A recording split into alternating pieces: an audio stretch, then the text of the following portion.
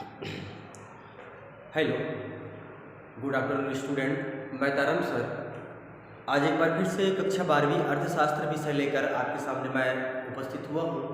और आज हम इकाई 6 या यूनिट 6 को लेकर आज हम आपस चर्चा करने वाले हैं, जिसका टॉपिक होगा बजट की आवश्यकता।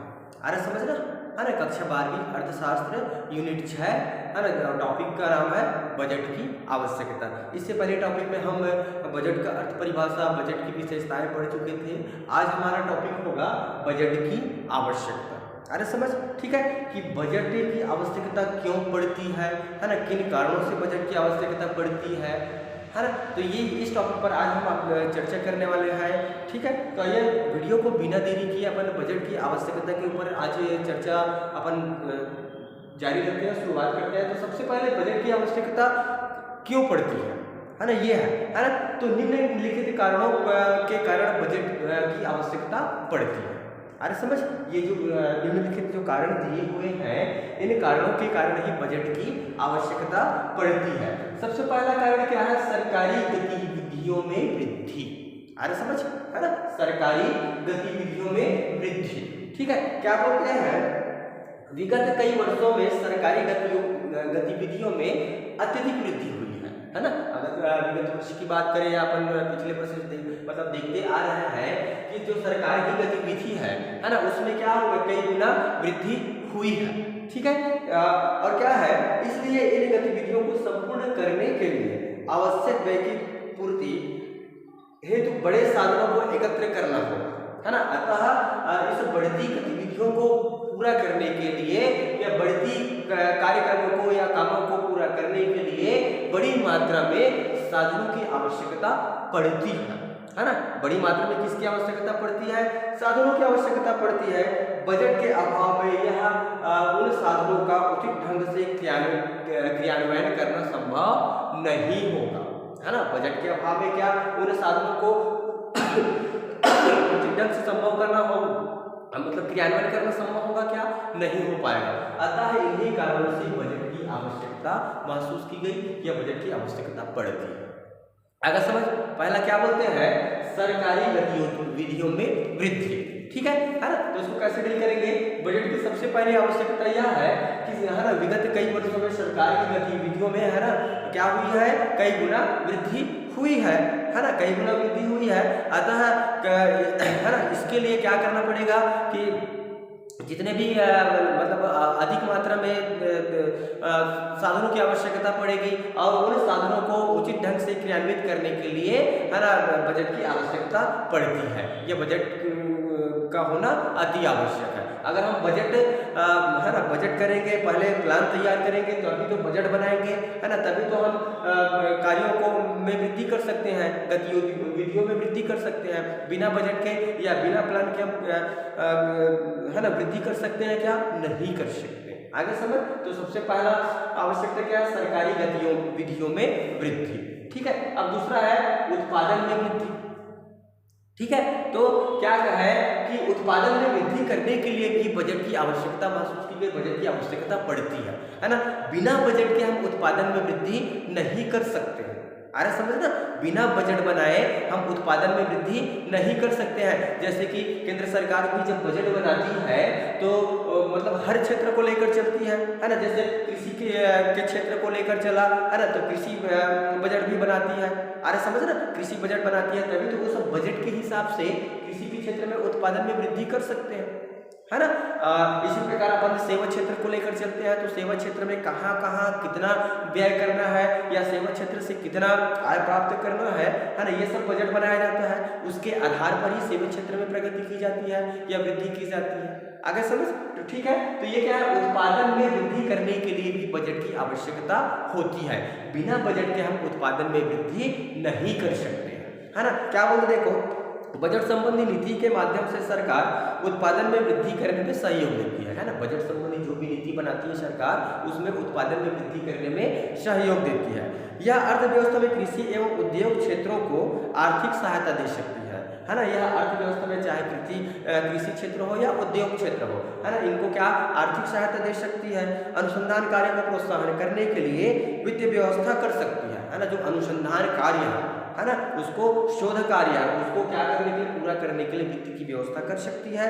अनुदान के लिए प्रचुर मात्रा में धन जुटा सकती है, अनुदान या ऋण के लिए प्रचुर मात्रा में धन जुटा सकती है। परिणाम निवेश में वृद्धि, ऐसे उत्पादन में वृद्धि होती है। आगे समझ, तो ये दूसरा पॉइंट क्या हो गया, उत्पादन में वृद्धि। ठीक है, उसके बाद तीसरा समस्याओं का समाधान, है ना। तो सरकार या मतलब के पास बहुत सारी समस्याएं होती है, उन सारी समस्याओं का समाधान किसके माध्यम से किया जा सकता है, बजट के माध्यम से किया जा सकता है ना। तो समस्याओं के समाधान करने के लिए भी बजट की आवश्यकता महसूस की गई, या बजट आवश्यक है, या बजट कहना चाहिए कि बहुत ही महत्वपूर्ण है ना। क्या बोलते हैं कि आर्थिक विकास को प्रेरित करने के लिए अर्थव्यवस्था में उपस्थित विभिन्न समस्याओं का समाधान करने के लिए बजट एक महत्वपूर्ण उपकरण है ना। क्या बोल रहे हैं, आर्थिक विकास को प्रेरित करने के लिए, है ना, आर्थिक विकास को क्या करने के लिए, प्रेरित करने के लिए या प्रोत्साहित करने के लिए, ठीक है, अर्थव्यवस्था में उपस्थित विभिन्न समस्याओं का समाधान, है ना। जब हम आर्थिक विकास करते हैं तो बहुत सारी हमारे पास समस्याएं उत्पन्न होती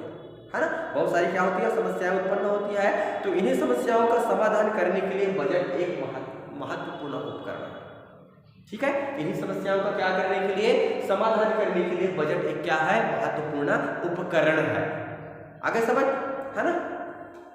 और क्या बोलते हैं, जैसे मुद्रास्फीति की समस्या, है ना, और भुगतान शेष की समस्या, है ना, और बहुत सारी समस्याएं होती है ना। राजकोषीय घाटे की समस्या है, मुद्रास्फीति की समस्या, मुद्रा प्रसार की समस्या है, और भुगतान संतुलन की समस्या है। ये सारी समस्याएं उत्पन्न होती है। तो इन सारी समस्याओं का समाधान केवल और केवल किसके माध्यम से, बजट के माध्यम से ही क्या किया जा सकता है, समाधान किया जा सकता है।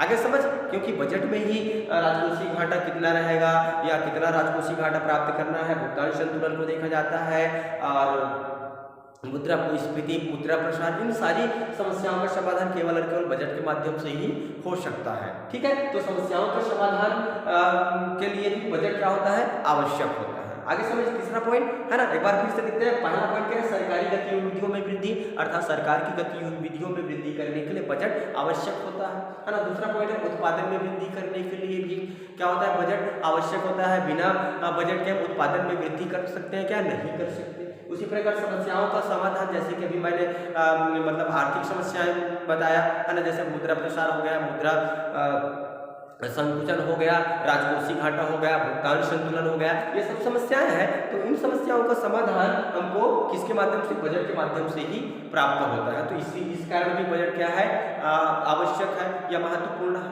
ठीक है, इसके बाद देखते हैं चौथा, आय की असमानता को कम करना। ठीक है ना, बजट की, है ना, चौथी आवश्यकता क्या है, आय की असमानता को कम करना। ठीक है, सरकार क्या करती है, हमारे देश में अमीरी और गरीबी की मतलब कहना चाहिए कि बहुत बड़ा खाई है ना। इस खाई को सरकार क्या करती है कि आय की जो असमानता है उसको कम करने का प्रयास करती है, और ये किसके माध्यम से करती है, बजट के माध्यम से ही करती है ना। बजट के माध्यम से कैसे सरकार अमीरी और मतलब आय की असमानता को कम करने का प्रयास करती है कि गरीब वर्ग पर, है ना, जो अमीर वर्ग है, अमीर वर्ग पर ऊंची दर से कर लगाती है, और मतलब जो आय की प्राप्ति होती है उस आय को गरीब वर्ग के ऊपर जन कल्याणकारी योजनाओं के लिए मतलब खर्च कर देती है या व्यय कर देती है ना। इस प्रकार क्या होता है, आय की असमानताओं को कम किया जा सकता है। आगे समझना, है ना। एक बार फिर से सुनते हैं, क्या बोलते हैं, आय की असमानताओं को कम करना।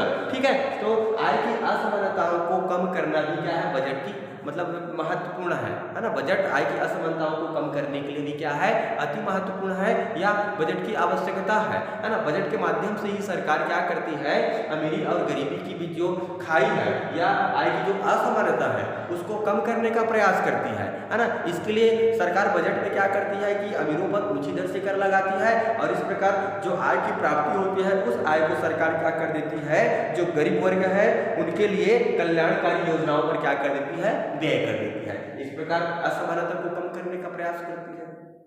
ठीक है, इसके बाद आइए देखते हैं, पांचवा है क्रियाकलापों की सूचक, या कहना चाहिए कार्यकुशलता की सूचक, है ना। कार्यकुशलता या कार्यकलापों की सूचक कहना चाहिए कि क्या बोलते हैं, यहाँ देखो, बजट सरकार के कार्यकलापों का महत्वपूर्ण सूचक है। क्रियाकलाप या कार्यकलापों का महत्वपूर्ण सूचक है। क्रियाकलाप मतलब ठीक ढंग से क्रिया होगा या कार्य होगा, तो है ना सरकार मतलब ठीक है करके सोचेंगे और ठीक ढंग से कार्य नहीं होगा तो फिर सरकार